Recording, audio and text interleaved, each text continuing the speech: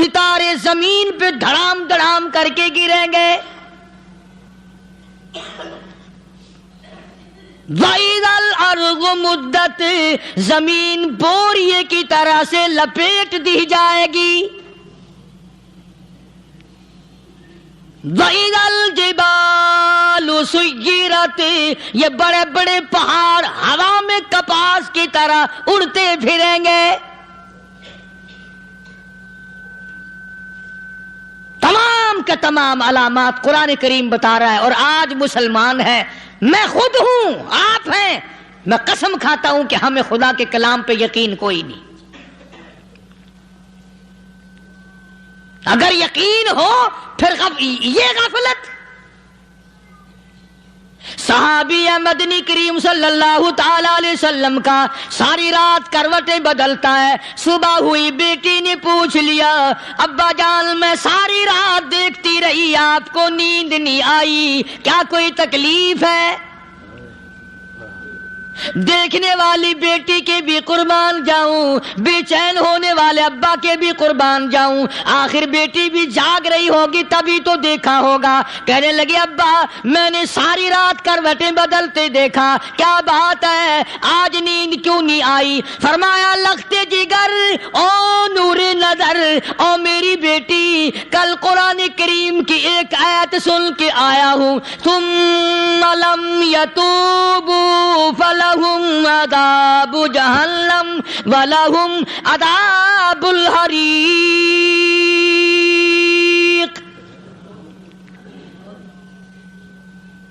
او میری بیٹی جس نے قرآن کریم کے ذریعے جہنم کی خبر سن لی ہو، جہنم کے انگاروں کی خبر سنی ہو، جس نے جہنم کی تباہ کاریاں سن لی ہو، او میری بیٹی نیند کیسے آئے؟ کیسے نیند آئے؟ امام شافعی رحمت اللہ علیہ اتنے بڑے جلیل القدر ولی کامل ہیں، وقت کے امام ہیں، پرہیزگار متقی ہیں. اپنی بیٹی کو فرمانے لگے لختے جگر تیری آنکھیں بگڑتی چلی جا رہی ہیں، میں دیکھتا ہوں تو ساری رات نیند نہیں کرتی، ساری رات سوتی نہیں، مصلی پہ کھڑی ہو کر قرآن پڑھتی رہتی ہے، تو کچھ نیند کر لیا کر، آنکھوں سے محتاج ہو جائے گی. عرض کرنے لگے ابا جان نیند آتی ہے، بستر پہ لیٹ جاتی ہوں، آنکھ لگنے کو ہوتی ہے، فوراً میرے دل میں خیال آتا ہے شافی کی بیٹی تو نے تو بستر سنبھال لیا، صبح تیری نامعلوم زمین کے اوپر ہوگی یا لاکھوں من مٹی کے نیچے ہوگی. پھر میری نیند اکھڑ جاتی ہے، پھر کھڑی ہو کر خدا کا قرآن پڑھتی ہوں. وہ ساری رات قرآن پڑھا کرتے تھے، اور بدقسمت قوم تمہیں صبح اٹھ کر قرآن کا سپارہ پڑھنے کی توفیق نہیں ہے. مسلمان پر قرآن کا دیدار نصیب نہیں، قرآن کی زیارت نصیب نہیں. گدھے کی طرح کھاتے سو گئے اور گدھے کی طرح صبح اٹھ کر کھانا پینا شروع کر دیا. تو رب کے کلام کا اتنا باغی کہ تو دیکھنا پسند نہیں کرتا.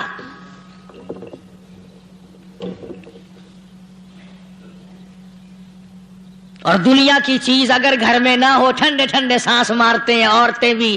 ہاں جی اپنی زمین کوئی نہیں نا، اپنی ہاں جی مکان اچھا اپنے پاس کوئی نہیں، فلاں چیز اپنے پاس کوئی نہیں. کبھی کسی نے ٹھنڈا سانس مارا کہ ہم 10 آدمی ہیں گھر کے، ایک آدمی بھی قرآن پڑھنے والا نہیں، ہم سارے کے سارے پتہ نہیں کیسے اکٹھے ہو رہے ہیں.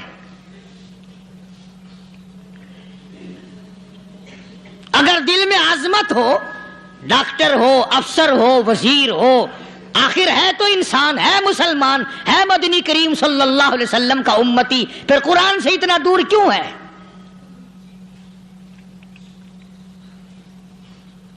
تو اللہ پاک جل شانہ نے فرمایا میرے بندے ہر حال میں ڈر. ہاں تیری ساری چلاکیوں کو میں جانتا ہوں، تیری ساری ہوشیاریوں کو میں اچھی طرح جانتا ہوں. فرمایا وہ دن دور نہیں، آیا وقت قیامت کا، آیا، کوئی کسی کے کام نہیں آئے گا. فرمایا ان وعد اللہ حق فلا تغرنکم الحیات الدنیا.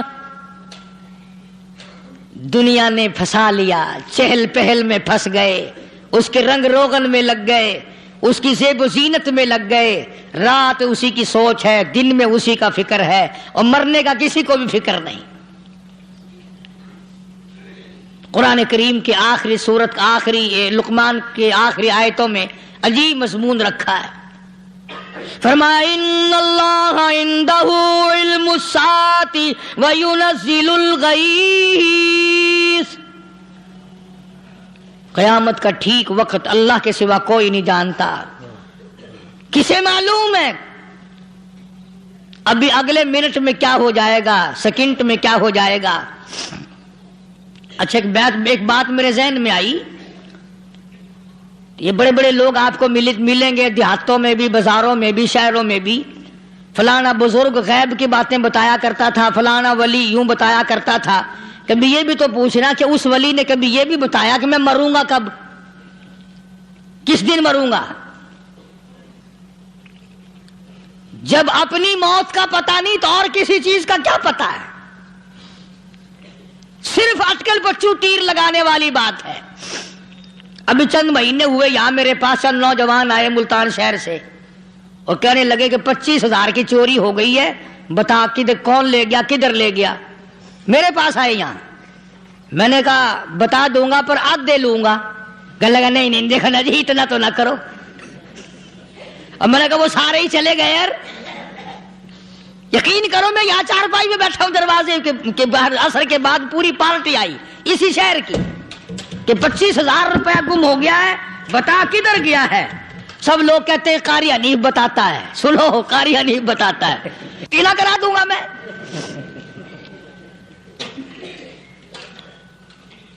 جتنا میں نے انکار کیا میرے سر ہوتے چلے گئے۔ اخیر میں نے بکواس کر دی، میں نے کہا اچھا بتاؤں گا پھر آدھے لوں گا۔ کہ لگے نہیں، تماشا دیکھا یعنی اندازہ لگاؤ کہ ہم شہر سے سن کر آئے ہیں کہ قاری حنیف چوریاں بتاتا ہے۔ اللہ غنی، کس کو معلوم ہے کہ ابھی کیا ہو جائے گا؟ اللہ پاک نے کسی کو نہیں بتایا۔ فرمایا ان اللہ عندہ علم الساعۃ وینزل الغیث،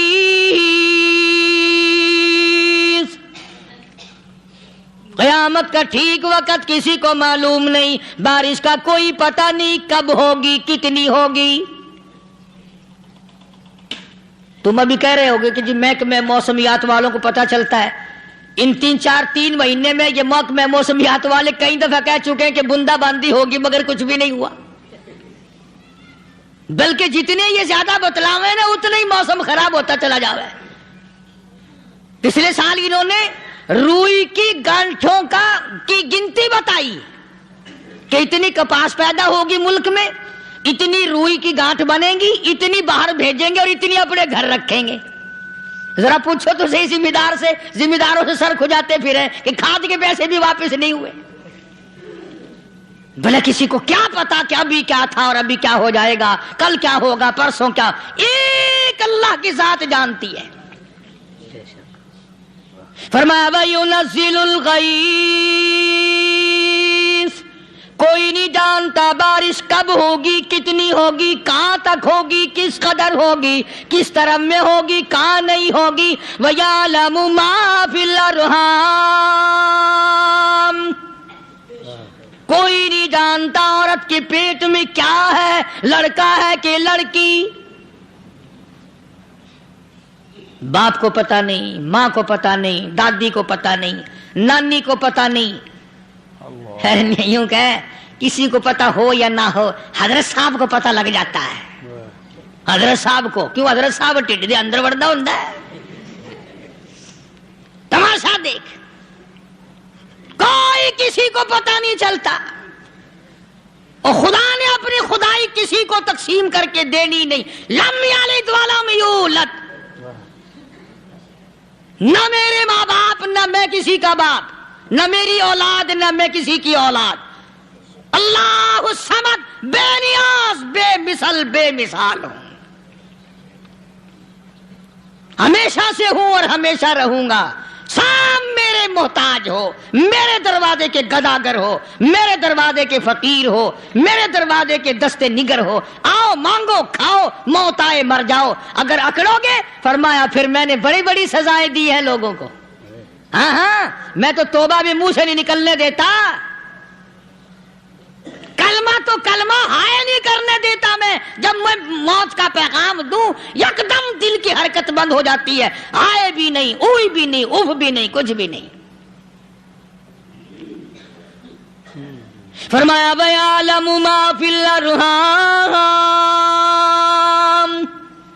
کسی کو پتہ نہیں عورت کے پیٹ میں کیا چیز ہے۔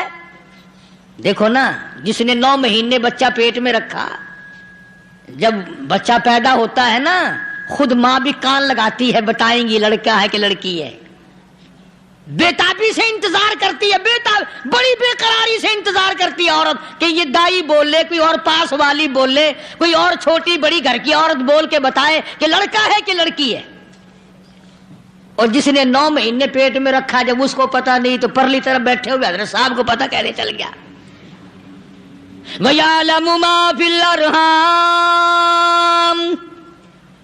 زیادہ سے زیادہ تمہیں یہ کہیں گے جی فلاں بزرگ نے دعا کی تھی اللہ میاں لڑکا دے گا، لڑکا ہو گیا، ٹھیک ہے دعا تو بھی مانگ، بزرگ بھی مانگے، پیر بھی مانگے، فقیر بھی مانگے، عالم بھی مانگے، ماں بھی مانگے، باپ بھی مانگے، خاندان سارے مانگو، بات یہ ہے مانگو تو سارے، پر یوں کہو دینے والا وہ ایک ہے بس، یہ ہے اصل بات، اور مانگنے کی تو کوئی کسی کی وہ نہیں۔ امام الانبیاء محبوب کبریا حضرت محمد مصطفیٰ صلی اللہ تعالی علیہ وسلم سیدہ عائشہ صدیقہ رضی اللہ تعالیٰ عنہ فرماتی ہیں میں سوئی ہوئی تھی، اچانک میری آنکھ کھلی، میں نے کالی کملی والے کو سجدے میں دیکھا، رو رہے ہیں، دعائیں مانگ رہے ہیں، رو رہے ہیں۔ حضرت عائشہ فرماتی ہیں اللہ اکبر، فرماتی ہیں اتنے روئے سرکار مدینہ صلی اللہ علیہ وسلم، سانس رک گیا، سانس گھٹ گیا آپ کا۔ حضرت عائشہ فرماتی ہیں میں اپنا جگر پکڑ کے بیٹھ گئی، کہیں آج بیوہ تو نہیں ہو جاؤں گی۔ نبی نے اتنا مانگا، اتنا مانگا، اتنا مانگا، اس کائنات میں مانگنے والا کوئی آیا ہی نہیں، ہر آن مانگا، ہر لمحہ مانگا، ہر گھڑی مانگا، اور اتنا مانگا۔ میری بات لکھ کے لے جاؤ انشاءاللہ، کچی پکی بات نہیں۔ سیدہ عائشہ صدیقہ رضی اللہ تعالیٰ عنہ گواہ ہے، سیدہ فاطمہ الزہرا رضی اللہ تعالیٰ عنہ گواہ ہے، نبی کی گھر والی گواہ، نبی کی لخت جگر نوری نظر فاطمہ الزہرا گواہ، فرماتی ہے حضور کریم صلی اللہ علیہ وسلم کا جب آخری وقت آیا، آواز بالکل ختم ہو گئی، آواز بالکل پست ہو گئی، پھر بھی لب حرکت کرتے تھے، لب حرکت کرتے تھے، دونوں کی دونوں فرماتی ہیں ہم نے کان لگایا، آواز تھی ربی حبلی امتی، ربی حبلی امتی، اور میرے مولا میری امت کو معاف کر دے۔ اور خدا کی قسم کالی کملی والے نے آخری سانس تک مانگا ہی مانگا۔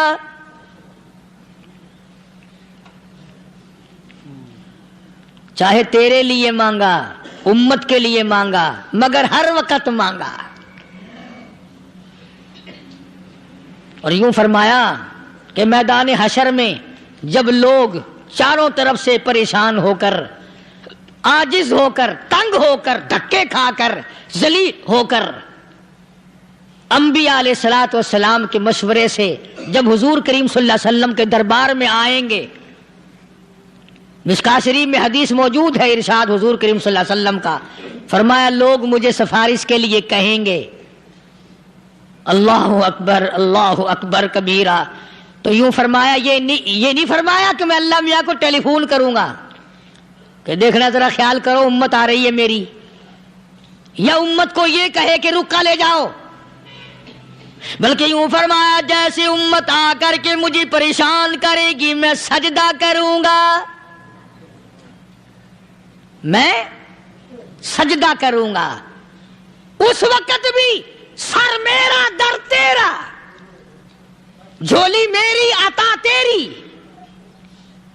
اور حدیث پاک کا اگر مضمون پڑھ کر دیکھو سارے مضامین حل ہو جائیں۔ یوں فرماتے ہیں خود حضور کریم کہ میں اتنا لمبا سجدہ کروں گا اس وقت قیامت میں، اتنا لمبا سجدہ کروں گا کہ 7 دن 7 راتیں کا وقت 1 ہفتے کے برابر وقت لگ جائے گا، میں سر سجدے سے نہیں اٹھاؤں گا۔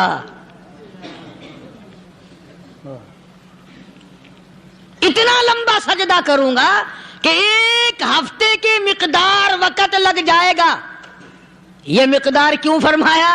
قیامت کا دن ہے نا، دن ڈھلنا نہیں، چھپنا نہیں، رات آنی ہی نہیں، رات تو ہے ہی نہیں نا، اس لیے فرمایا 1 ہفتے کی مقدار دن لگ جائے گا، وقت ختم ہو جائے گا پورا ہفتے کے برابر۔ اس کے بعد اللہ پاک مجھے فرمائیں گے ارفع راسک یا محمد صلی اللہ علیہ وسلم، میرے محبوب سر اٹھاؤ،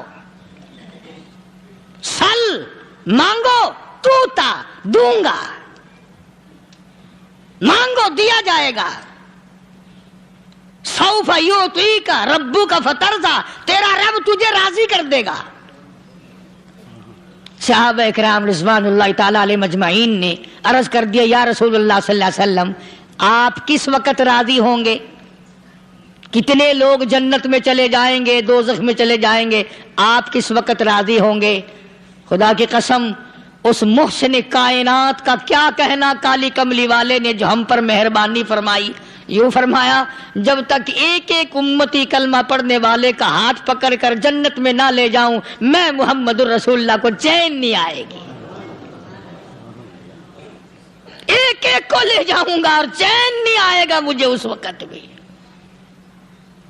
تو عرض یہ کر رہا تھا کہ قرآن کریم نے اور تمام چیزوں میں عقیدے کا سدھار کہ عقیدہ بناؤ، یہ جو عقیدہ ہے نا اس کی حیثیت ایسی ہے جیسے پہلی اینٹ عمارت کی، اگر اینٹ ٹیڑھی ہو گئی تو ساری عمارت ٹیڑھی ہو جائے گی، اگر عقیدہ صحیح نہیں تو سارے اعمال ٹیڑھے ہو جائیں گے، اور اگر عقیدہ صحیح ہے تو اعمال بھی اور تمام افعال بھی اخلاق بھی تمام کی بنیاد جو ہے وہ صحیح رہے گی اور اچھی توفیق ہوگی۔ یہ عربی کلمہ ہے، آپ اور میں اگر کلمے کا معنی سمجھ لیں پھر بھی بات بنتی ہے، یہی تو معنی لا الہ الا اللہ، کوئی نہیں بگڑی بنانے والا، کوئی نہیں حاجت روا، کوئی نہیں مشکل کشا، کوئی نہیں تیرا ہاتھ پکڑنے والا، کوئی نہیں مجھے اور آپ کو اولاد دینے والا، کوئی نہیں بیوی بچے دینے والا، کوئی نہیں یہ ہر روز روٹی کھلانے پانی پلانے والا اس کے سوا کوئی نہیں، الا اللہ، ایک اللہ کی ذات ہے۔ اور فرمایا کہ یہ بتایا کس نے کہ یہ سب کچھ کرنے والا کون ہے؟ محمد الرسول اللہ صلی اللہ علیہ وسلم، کہ ہمارے آقا اور مولا حضرت محمد الرسول اللہ صلی اللہ علیہ وسلم نے بتایا۔ تو قرآن کریم کی ان آیتوں نے وضاحت کر دی وما تدری نفس ماذا تکسب غدا، کسی کو پتہ نہیں کل کیا ہو جائے گا، صبح کو کیا ہو جائے گا، شام کو کیا ہو جائے گا۔ وما تدری نفس بأي أرض تموت، کوئی نہیں جانتا موت کس جگہ پہ آئے گی۔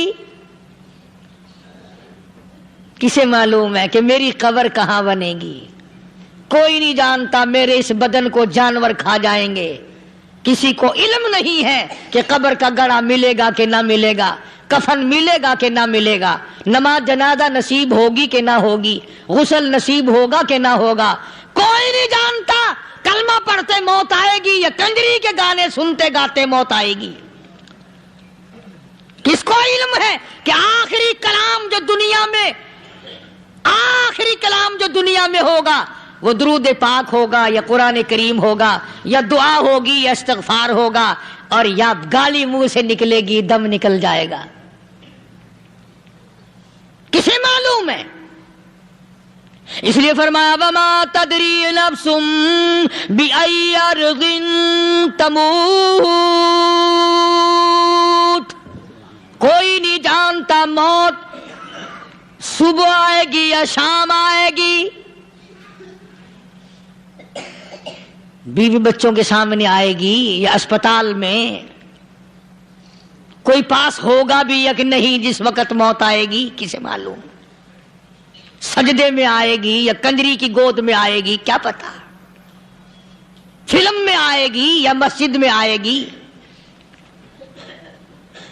پچھلے دنوں ایک جگہ ایک آدمی نے صبح کی اذان دی، بڑی اچھی اذان دیا کرتا تھا، اللہ کا نام بلند کیا، زمین پہ بیٹھا اور ختم۔ فجر کی اذان دی، جو سنے انہوں نے کہا یار ابھی تو اذان دی تھی، بس اللہ کی طرف لوگوں کو بلایا اور خود دنیا سے رخصت ہو گیا۔ ہاں کسی کی موت یوں بھی آیا کرتی ہے، کسی کی سجدے میں آ جاتی ہے، کسی کی مراقبے میں آ جاتی ہے۔ اللہ اکبر۔ کسی کی نماز میں آئے، اللہ کی طرف دھیان لگے ایسا لگے کہ لگی جائے وہ چلا ہی جائے۔ ہمارے استاد محترم مولانا عبد الخالق صاحب رحمۃ اللہ علیہ یا کبیر والے میں تھے، بہت بڑے عالم، جید عالم، سمندر تھے علم کے۔ بس صبح کی نماز کے بعد مراقبے میں بیٹھے، اللہ اللہ کر رہے ہیں، بس جیسے اتحیات میں بیٹھتے ہیں نا اسی طریقے سے بیٹھے تھے۔ دن چڑھ گیا، بھتیجے نے آ کر کے کہا حضرت ناشتہ تیار ہے، جواب کوئی نہیں۔ پھر کچھ دیر کے بعد آیا کہ حضرت ناشتہ تیار ہے، جواب کوئی نہیں۔ اور دن چڑھ گیا، ہاتھ لگا کے دیکھا کہ حضرت تو پہنچ گئے اللہ کے یہاں۔ کس حالت میں؟ ایسی اللہ اللہ اللہ سے لو لگائی کہ اللہ ہی کے یہاں چلے گئے۔ اور ان اللہ والوں کے پاس اس نیت سے لگا کرو میری آخرت بن جائے، میری قبر بن جائے، میرا آخری کلام جو دنیا میں ہو وہ کلمہ ہو، استغفار ہو، درود پاک ہو، قرآن کریم ہو، پھر تو مزہ ہے۔ اور اگر ہائے ہائے ہائے ہائے کرتے مر گئے تو کیا ہوا؟ فرمایا ان اللہ علیم خبیر، میں خدا کی ذات تمام چیزوں سے واقف ہوں۔ مجھے تو پتا ہے نا، تیرے ایک ایک سانس کا پتا ہے، تیری رگ کے ایک ایک خون کے قطرے کا مجھے پتا ہے۔ اسی لیے کہا کرتا ہوں کہ عادت ڈالو درود شریف پڑھتے ہوئے چلنے پھرنے کی، کلمہ کلام پڑھتے ہوئے چلنے پھرنے کی، استغفار کرتے ہوئے چلنے پھرنے کی۔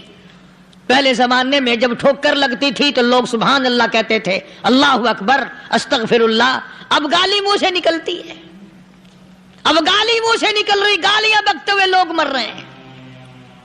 حضرت معاذ بن جبل رضی اللہ تعالیٰ عنہ مدینہ پاک میں بیمار ہے، آخری وقت ہے۔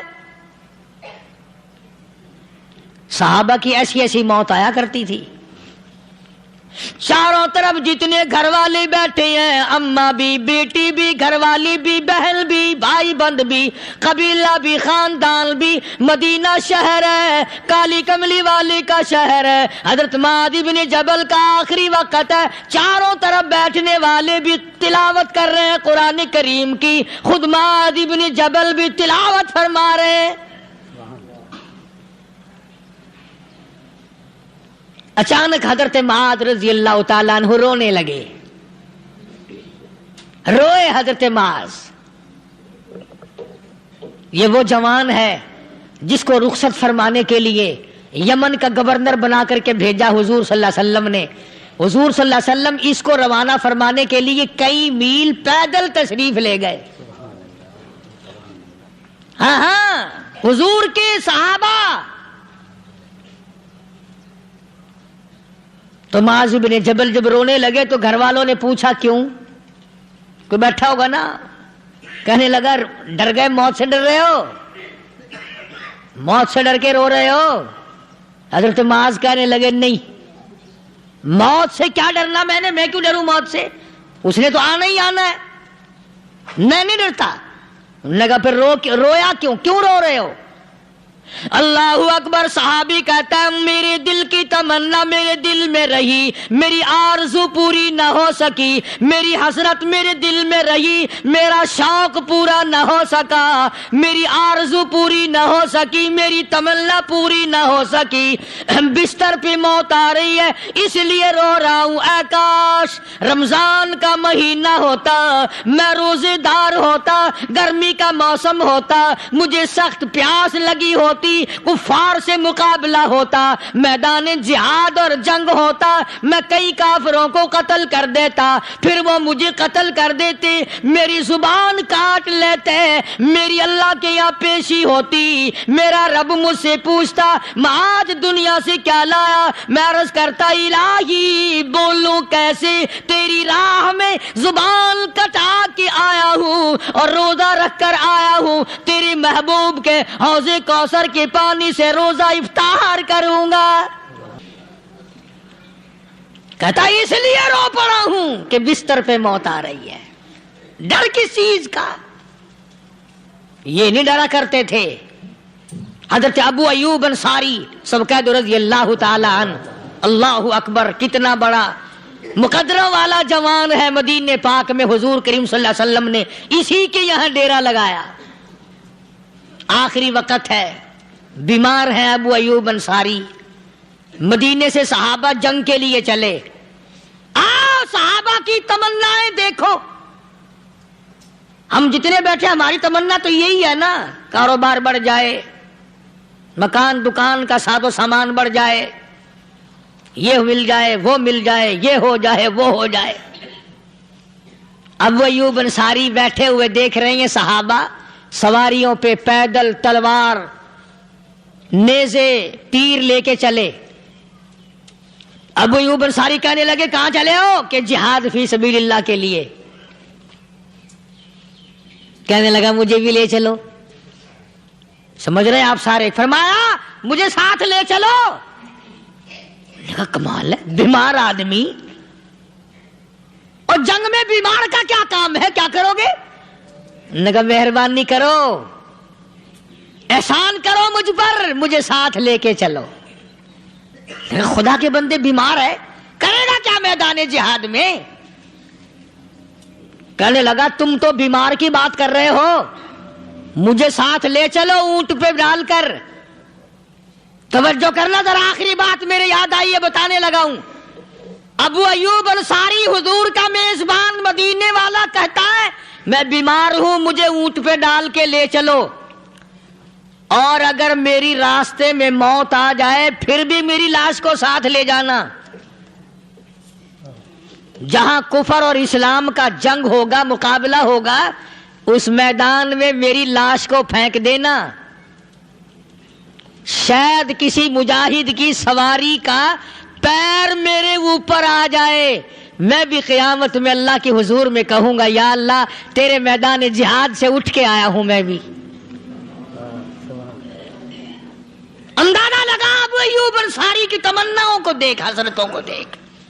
فرمایا مجھے ساتھ لے چلو, اگر میری موت آ جائے تو لاش کو بھی پھینکنا نہیں, دفن راستے میں نہ کرنا, ساتھ لے چلو, وہاں میدان میں ڈال دینا, اور اسلام کے لیے جو لڑنے والے ہوں, کفر کو مٹانے والے ہوں, ان کے پیر میرے اوپر آ جائے میں کامیاب ہو جاؤں گا. ایک تم ہو جو مسجد میں جھاڑو دینے سے بھی آر کرتے ہو, صف بچھانے میں بھی تمہیں شرم آتی ہے, صف اکٹھا کرنے میں بھی تمہیں شرم آتی ہے, ادھر ادھر کوئی چیز کرنے میں تمہیں کیا معلوم ہے جس وقت قیامت کے دن ان شاہی درباروں کے خادموں کو انعام ملے گا نا, پھر ٹکرے مارو گے, او ہو لو بھائی کمال ہو گیا, ہم تو یوں ہی رہ گئے. تو آج توفیق نہیں رہی. اللہ سے مانگ, سوتے بھی مانگ, جاگتے بھی مانگ, ہر وقت مانگ, وہی تیری میری جھولی بھرے گا. اسی کی عطا اور بندہ نوازی سے ہم سب کا کام چلے گا. فرمایا ان اللہ علیم خبیر, میں تمہاری ضروریات کو بھی جانتا ہوں, ہر چیز کا مجھے پتا ہے. اللہ مجھے اور آپ کو عمل کی توفیق عطا فرمائے. اللہ پاک اپنے فضل و کرم سے ہم سب کو اپنے بندے بنا لے, عقائد اور اعمال کی درستی فرما دے, مرتے وقت ایمان کی دولت عطا فرمائے. وآخر دعوانا الحمدللہ رب العالمین.